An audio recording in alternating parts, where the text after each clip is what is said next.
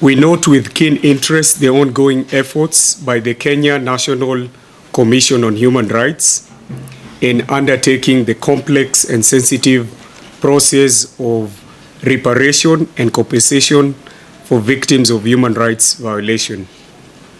Based on the High Court judgment delivered on 4th December and petition E010 of 2025, the court ruled that the Kenya National Commission on Human Rights is the sole constitutionally mandated body responsible for compensation and reparation for victims of human rights violation. The scale of violation, the diversity of cases, and the urgency with which justice is demanded presented significant logistical and operational challenges. We further recognize that the timelines involved are constrained and the expectation from the public are both high and justified. However, as human rights defenders, we firmly believe that even with this constraint, the Kenya National Commission on Human Rights can and must do better, particularly in ensuring transparency, accountability, and a genuine victim-centered approach. Kwa majina naitwa Edith Wanjiko, mzazi wa Ibrahim Kamau Wanjiko. Aliuliwa tarehe 25 June 2024 pale parliament. Okay, mimi ningesema hivi kwa hii mpangilio yenye imekuja ya Kenya Human Rights Commission, kitu ya kwanza wangetuongezea time. Kitu ya kwanza ofisi ni moja Nairobi.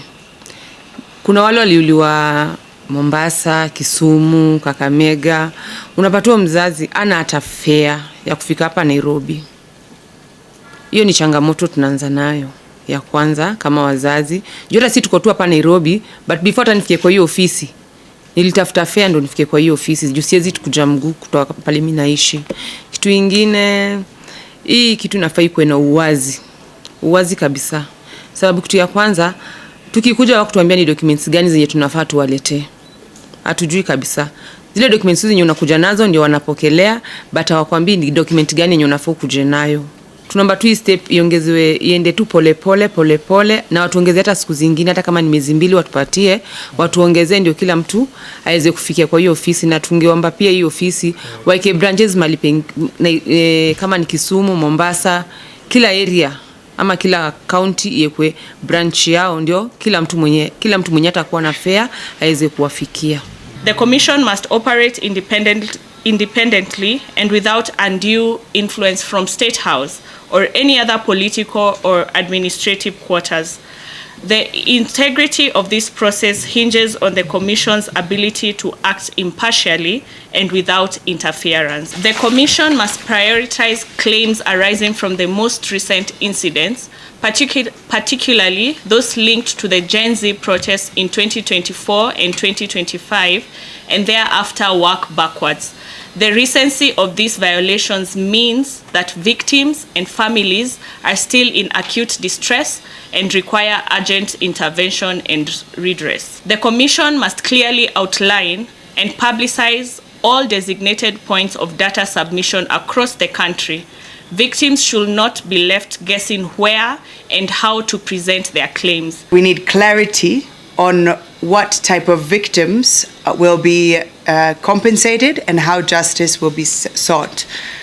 It has not been made clear whether or not victims who have been permanently disabled, who were beaten, tortured, disappeared by the police forces, are also being considered within this process, and further to that, who is going to be held responsible for the injustices. Kwa majina ni Kelvin Simba, brother to Mike Brian Kasaine. Brian was shot Narok, hapo karibu na gate ya kwenda kwa police station. So I think KNCHR cha kwanza tuna ghadhabu na wao kwa sababu walikuwa wamekubali wanakuja mkutano alafu wakapostpone meeting. Wazazi walikuwa wamejitolea, kuna wenye walikuja, wenye wametoka Kisumu, kuna wenye wametoka mbali, wamefika hadi Nairobi. Tunaingia Kenya tunaingia mali tulikuwa tunafaa kukutana, tunapata pia kuna maskari kadhaa hapo wenye sijui walikuwa wanafanya nini. So hii sisi hatuna vita na serikali. Sisi tunataka tu haki, tunataka compensation, na after compensation we will demand for justice. So what we are saying is that those 60 days are not enough. In the minimum, in the very, very bare minimum should have been 90 days, so that at least they have time. Because the problem with hurrying this process is that it is bound to, encounter challenges, to encounter mistakes, So, and then families, of course, are in distress. They want things done quickly. The expectations are too high. So it is only logical to allow more time for this process to be undertaken in a fair manner, so that everyone gets an opportunity to either present their grievances and for the commission to consider. And then, you see, the one of the challenges we are foreseeing is someone has been killed.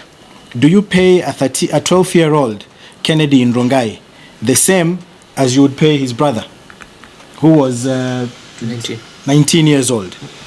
So is it anyone who's killed is paid the same? We have Abdirazak, who was in hospital for almost 2 months before he died. Do you pay the same and say they all died?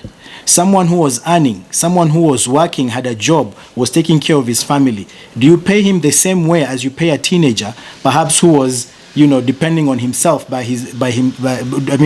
taking care of only his own commitments? So there are definitely a number of challenges, a number of issues that need to be taken into account before even payments are made. And we're saying, when you hurry this process, when you say 30 days, 60 days, you are bound to get mistakes. People will not be happy with whatever the outcome that will come out there. We know politicians are trying to cool temperatures before June 25th. So they want this process done and sorted out before June 25th. But our point is that this has to be done meticulously. It has to be done carefully, failure to which we will go round in circles and we'll have people still complaining about the same thing.